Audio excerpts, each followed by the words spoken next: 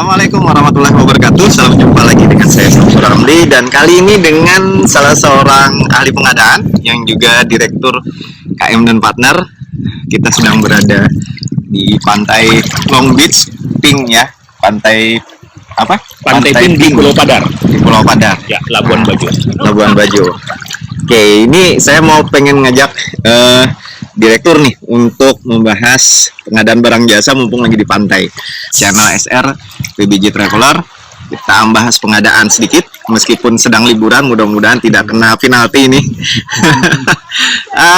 Saya ingin bahas nih, menanyakan Pak Halid, ternyata terkait pengadaan darurat, Mbak, masih banyak yang mempermasalahkan beberapa hal yang harusnya tidak dipermasalahkan, karena seperti ketahui pengadaan darurat itu kan pengadaan yang khusus gitu ya, apalagi pandemi COVID ini adalah pandemi yang sifatnya pandemi dan extraordinary.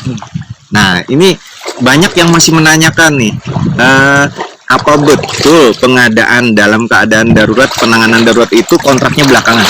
Ya. Oke, Pak Sam, kalau kita melihat daripada filosofi daripada pengadaan darurat, pengadaan keadaan darurat ini kan adalah pengadaan untuk memenuhi kebutuhan. Ya, kebutuhan yang muncul pada saat terjadi keadaan darurat. Definisi keadaan darurat Pak Sam udah banyak menjelaskan di blog-blog Pak Samsi. Nah, cuman yang harus kita perhatikan sekali adalah bahwa pada saat keadaan darurat kita kan belum tahu apa kebutuhan kita. Itu yang paling penting, kita harus tahu dulu. Nah, kalau kita belum tahu apa kebutuhan kita, termasuk volume dan sebagainya, berarti perikatan yang dilakukan tidak bisa dilakukan di awal dong. Iya. Coba bayangkan, kalau kita lihat dalam kondisi pengadaan yang normal ya, yang normal, anggaplah penunjukan langsung pun ya, penunjukan langsung pun. Sejak awal kan sudah harus ada identifikasi kebutuhan. Iya. Kemudian sudah harus ada spesifikasi teknis atau KAK, kemudian HPS, rancangan kontrak. Ya, kemudian ada proses pemilihan. Setelah proses pemilihan selesai, kemudian masuk ke dalam proses perikatan. Dalam hal ini adalah kontrak di depan. Walaupun kita bisa menggunakan kontrak harga satuan, tetapi pada prinsipnya perubahan daripada kebutuhan itu kan maksimal cuma 10%. Iya, jadi nggak cukup kalau misalnya ini. Nah, sedangkan kalau kita bicara dalam keadaan darurat, kadang kebutuhan kita itu kan ya baru muncul pada saat pelaksanaan. Itulah sebabnya di dalam Perlem LKPP nomor 13, tahapan-tahapan apabila kita melaksanakan proses pengadaan dalam keadaan darurat melalui penyedia, itu SWBJ, surat penunjukan penyedia. Langsung eksekusi pada pelaksanaan kontraknya, bukan kontraknya ya? Bukan kontraknya. Tapi pelaksanaan. Jadi SPPBJ, kemudian masuk kepada surat perintah mulai kerja dan seterusnya. Kemudian masuk kepada serah terima, ada berita acara serah terima, pengukuran bersama, barulah kontrak. Ya. Jadi kontrak adalah finalisasi tahapan untuk melakukan proses pembayaran. Iya. Nah, ini juga nih Pak Halid, jadi yang sering ditanyakan juga, ini tegas ya kawan-kawan semua ya, dalam penanganan darurat itu kontraknya belakangan. Juga yang sering ditanyain tanggal nih, tanggal kontraknya. Nah, ini kan jadi permasalahan ketika semua pembayaran itu based on kontrak, gitu. Itu jadi masalah. Sebenarnya bagaimana sih ini dalam kondisi darurat ini SPPBJ itu udah bisa dicatat sebagai kontrak nggak? Inilah hebatnya di Perpres 16 tahun 2018. Di Perpres 16 tahun 2018 kalau kita lihat, yang disebut dengan pelaksanaan kontrak itu bukan dimulai dari tanda tangan kontrak loh. Iya. Pelaksanaan kontrak itu dimulai daripada SPPBJ. Iya. Berarti SPPBJ adalah bagian daripada perikatan. Betul. Jadi kalau kita bicara masalah tanggal, utamanya untuk pembayaran, tanggal SPPBJ bisa kita sebutkan sebagai salah satu tanggal awal untuk melakukan perikatan. Ini mungkin perlu ada perbaikan pemahaman dari sisi tata cara pembayaran ya. Terutama di APBN nih yang sering jadi masalah. Karena apa? Yang dicatat itu nomor kontak. Nah, padahal sebenarnya sih kalau kita mau kembalikan kepada filosofi perikatan, apalagi di dalam Perpres nomor 16, maka tanggal SPPBJ itu bisa menjadi tanggal berkontrak. Iya. Nah, itu juga ini Pak Halid kebetulan nggak saya dengan Pak Halid, karena Pak Halid juga banyak membahas tentang hukum perdata ya. Sebenarnya perikatan itu harus tertulis nggak sih? Kalau kita bicara masalah hukum perdata di dalam 1320 ya, lisan itu sebenarnya suatu perikatan. Berarti kan tidak juga ada justifikasi bahwa harus ada tertulis. Cuman memang satu hal, dalam proses pembuktiannya jadi repot. Iya. Karena kalau kita bicara masalah lisan sebagai suatu perikatan di muka pengadilan, kalau misalnya orang itu menyangkal, nah, apalagi tidak ada saksi yang menyaksikan pada saat penyampaian tersebut disampaikan, kan akan sulit. Iya. Makanya itu sebenarnya kalau saya lihat berarti pencatatan itu hanya sebuah proses formil ya. Ya, salah satu. Kalau kita bicara masalah kontrak atau perikatan perikatan itu bisa melakukan perikatan lisan maupun perikatan tertulis.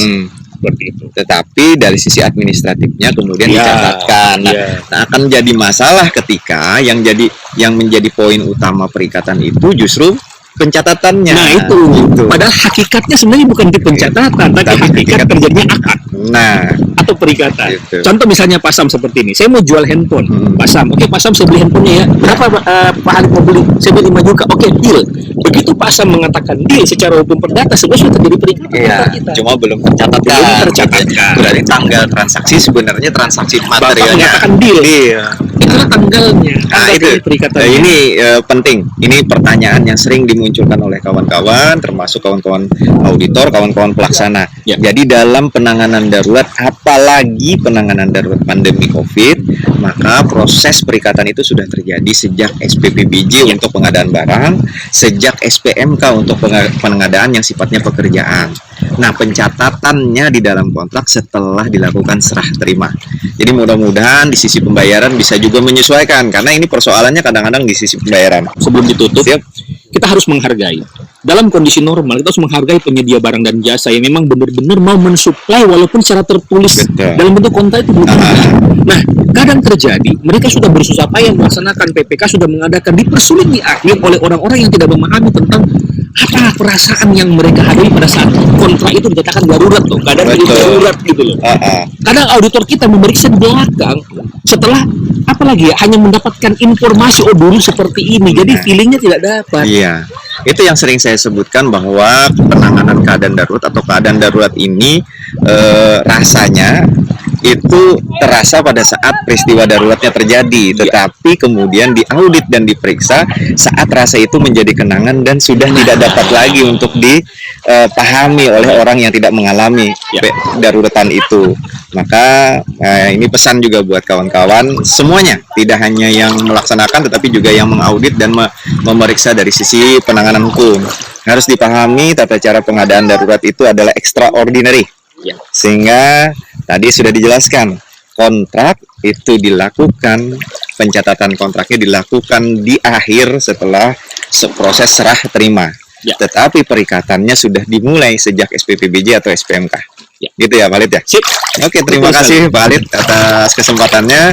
Demikian kawan-kawan, mudah-mudahan bermanfaat. Ini vlog ini kami masih harus melanjutkan pekerjaan yang juga hobi gitu ya. Kebetulan diberikan kesempatan untuk kesini, jadi harus dimanfaatkan semaksimal mungkin. Saya Samsul Ramli.